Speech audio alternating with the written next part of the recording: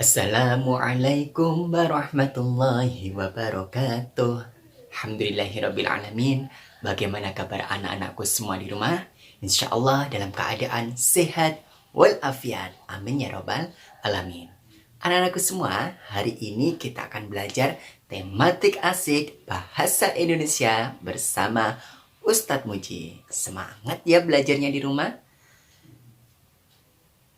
Anak-anakku semua kelas 6, yang pastinya anak-anak hebat dari SDI Al-Huda 2, kalian semua harus rajin membaca. Karena kenapa? Dengan gemar membaca, pengetahuan kita akan bertambah. Karena ternyata buku itu adalah jendela dunia. Maka dari itu, agar kita jadi anak yang cerdas, anak yang pandai, berwawasan luas, maka dari itu harus gemar membaca. Hari ini Usmuji akan membahas mengenai memperkirakan isi dari teks non-fiksi. Nah, gimana itu caranya memperkirakan isi yang terkandung dalam teks non-fiksi? Apa ya itu yang dimaksud dengan teks non-fiksi? Anak-anakku semua, pernahkah kalian membaca surat berita atau koran? Nah, dalam koran itu ada informasi-informasi atau berita-berita teraktual. Nah, berita itu di dalam koran tersebut itu adalah salah satu contoh dari teks non-fiksi.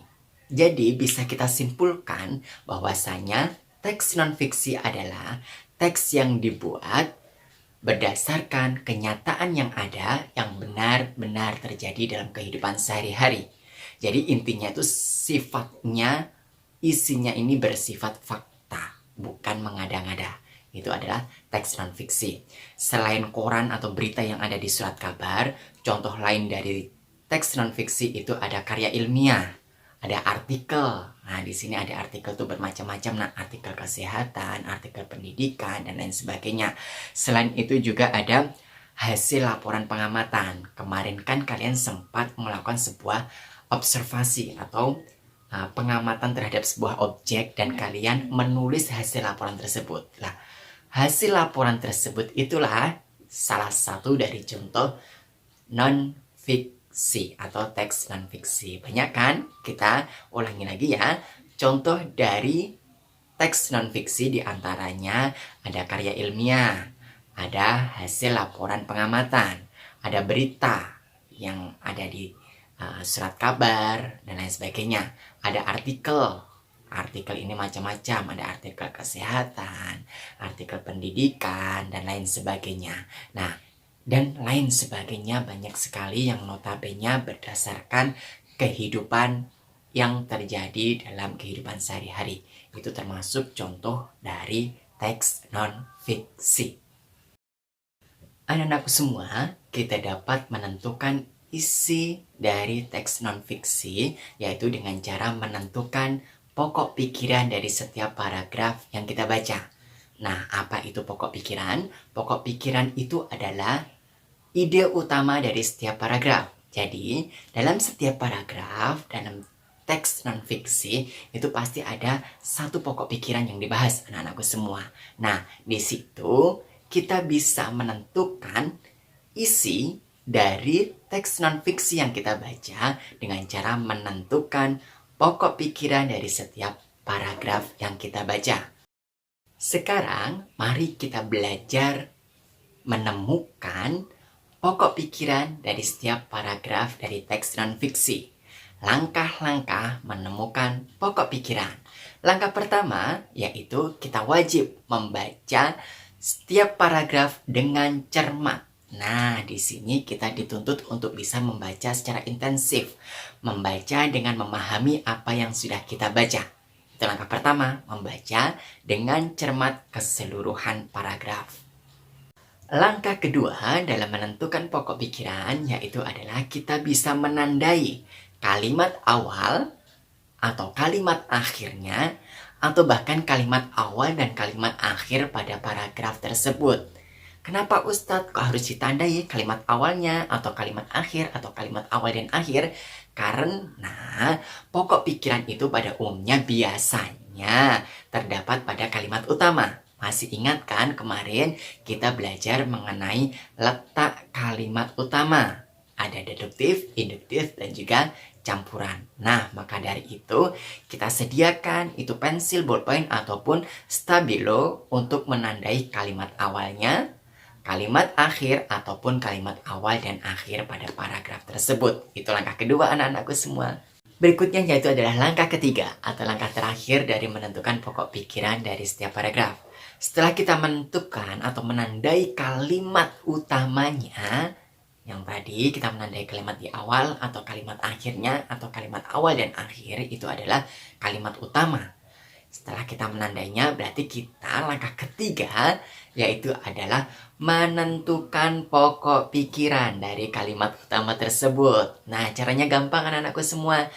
Kita baca, kita pahami kalimat utamanya, lalu kita simpulkan paragraf ini menceritakan tentang apa.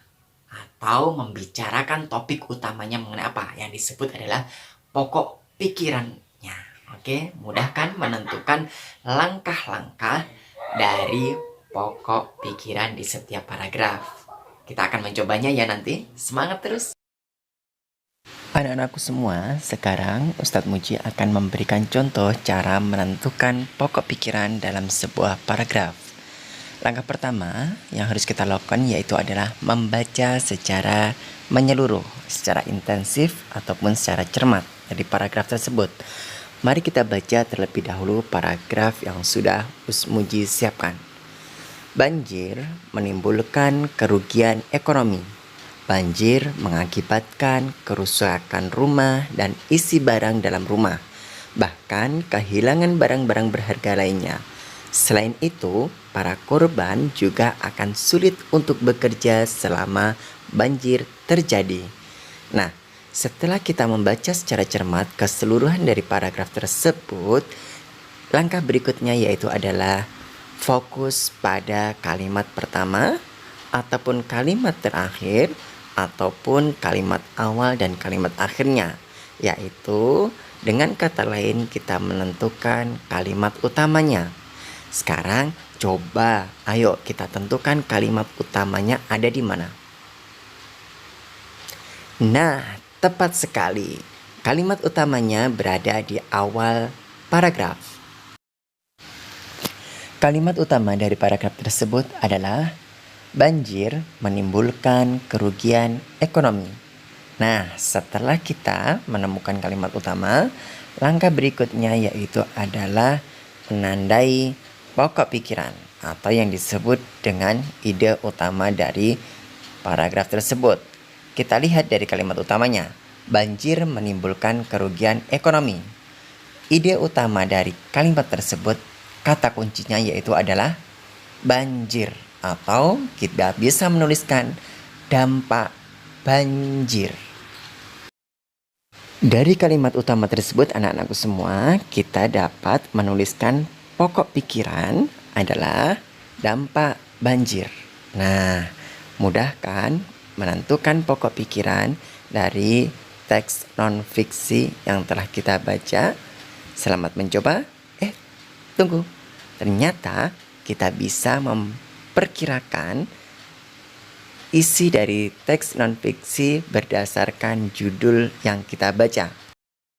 Anak-anakku semua, selain menemukan pokok pikiran dalam setiap paragraf untuk mengetahui isi dari teks non-fiksi, ternyata kita bisa memperkirakan isi teks non-fiksi berdasarkan judulnya. Nah, sebelum kita baca keseluruhan paragrafnya, terlebih dahulu kita baca judul dari teks non-fiksi tersebut. Dari judul tersebut, kita ambil kata kuncinya. Nah, dari situ kita nanti akan bisa memperkirakan mengenai apa ini teks non-fiksi ini. Menceritakan tentang apa, kita bisa mengetahui dari judul teks non-fiksi. Mau tahu cara memperkirakan isi teks non-fiksi berdasarkan judul dari teksnya? Oke, tetap terus pahami, saksikan video pembelajaran dari Ustadz Muji. Semoga mendapatkan kemanfaatan yang bermanfaat bagi kita semua. Ayo anak-anak, kita Perkirakan isi teks non-fiksi berdasarkan judul dari teks non-fiksi. Ustadz akan kasih contoh mengenai judul non-fiksi, dampak banjir bagi masyarakat. Nah, dari judul tersebut, mari kita tentukan kata kuncinya terlebih dahulu. Kata kunci dari judul tersebut yaitu adalah dampak banjir. Maka kemungkinan besar isi teks non-fiksi tersebut menceritakan dampak negatif yang ditimbulkan bencana banjir bagi masyarakat. Nah, mudahkan memperkirakan isi teks non-fiksi berdasarkan judul yang kita baca. Semangat ya anak-anakku dalam belajar. Ustadz akhiri pembelajaran hari ini. Wassalamualaikum warahmatullahi wabarakatuh.